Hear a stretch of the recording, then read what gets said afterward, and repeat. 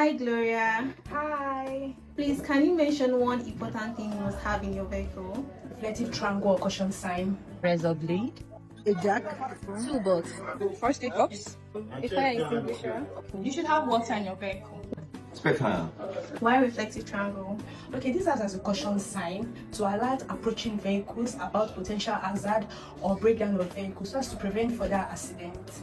own a razor blade as an emergency cutting tool. In a situation where you find yourself in an accident, you use your razor blade to cut the seat belt for emergency exit. It's important to have a first aid box in your vehicle in case of accidents or as you sustain minor injuries before getting professional help. it is important for every motorist to have a jack because it is used to lift a vehicle up in order to easily change the tires. There are things that are important inside the toolbox. You need a spinal, you need a screwdriver, you need a cable.